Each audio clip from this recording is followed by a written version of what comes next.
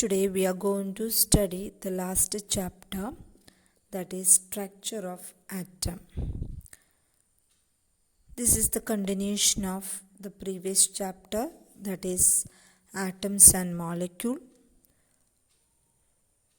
In that chapter we studied about Dalton's atomic theory, what is atom and how it is measured, and the problems related to the atoms. In this chapter, we are going to study the structure of atom. That means the discovery of atom. What are the particles inside the atom? The actual structure and models of atom. Then about atomic number, mass number, arrangement of electrons in the atom, radioactive isotopes, isobars, etc. In the last chapter, we discussed what is Dalton's atomic theory. In that theory, we discussed that atoms are very small in size and are indivisible. Atoms are indivisible. In the study of the chemical classification of matter, we have learned that matter is made up of atoms and molecules.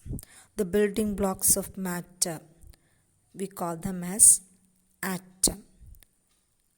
This was proposed by Dalton, and he stated that the smallest and ultimate particle in a matter is atom. And according to him, the atoms of the same element are alike and they differ from the atoms of the other element. That means no two elements are not same. Later on, it was found that the atoms of particular element may also be different. Now the question arises that whether the atoms are the real smallest portion of a matter. That has been stated by Dalton. So,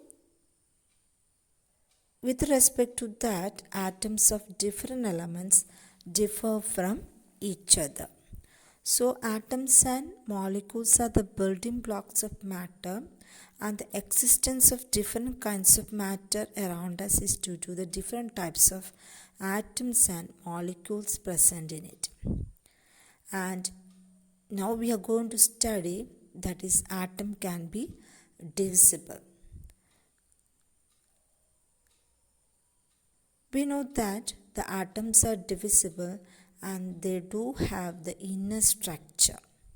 So in this chapter we are going to study the inner structure of atom and the drawback of Dalton's, that is Dalton's theory was not correct.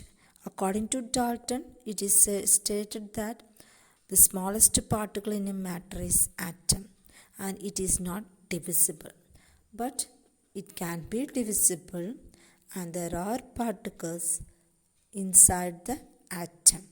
We commonly call as electrons, protons and neutrons. So let us study the inner particle.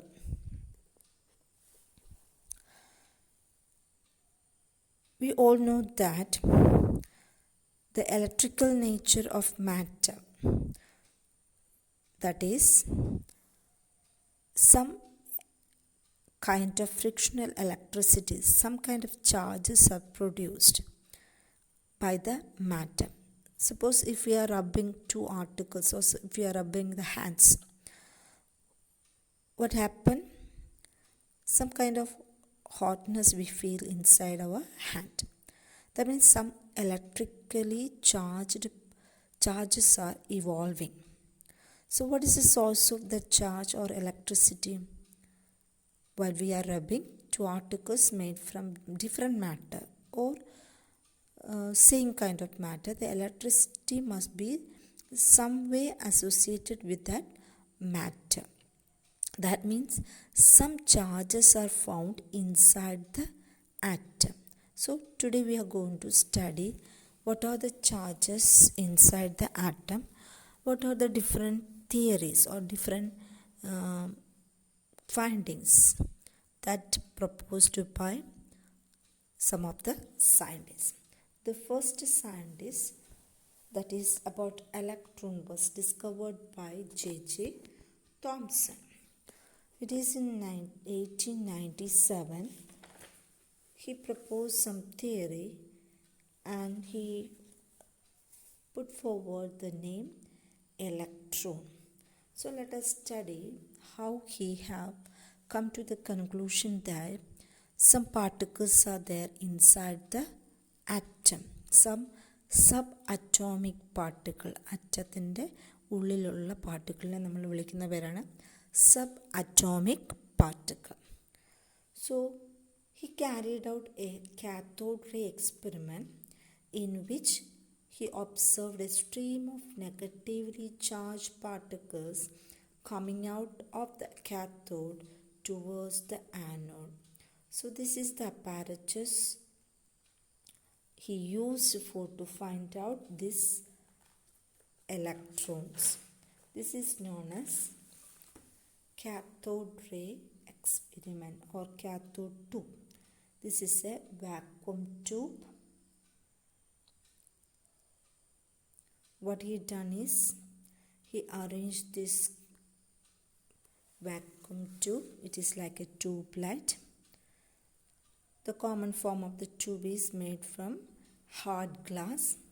It is a long cylindrical tube sealed at both the ends, and it is fitted with the two metal electrodes.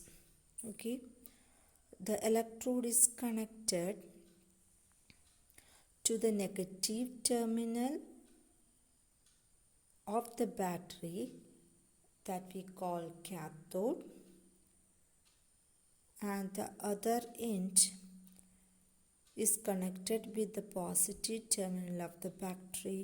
We call them as anode. So the two electrodes are connected to the source of high voltage.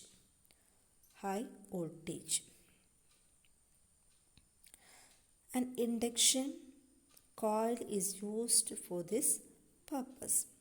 The tube is connected to the vacuum pump so as to reduce the pressure inside the tube to some extent. The discharge tube was filled with air or any other gas. Under his study, some observation he recorded on the basis of his experiment performed. What he done is he passed a current of very high voltage, about 10,000 volts, through this discharge tube under normal pressure, that is about 1 atmosphere. No electricity could flow through air as it is a poor conductor of electricity. What is it is filled is air or some other gas. The pressure inside the discharge tube was slowly reduced by working vacuum pump. On reducing it to 1 millimeter of mercury and on passing electric discharge again, the electricity started flowing through the tube.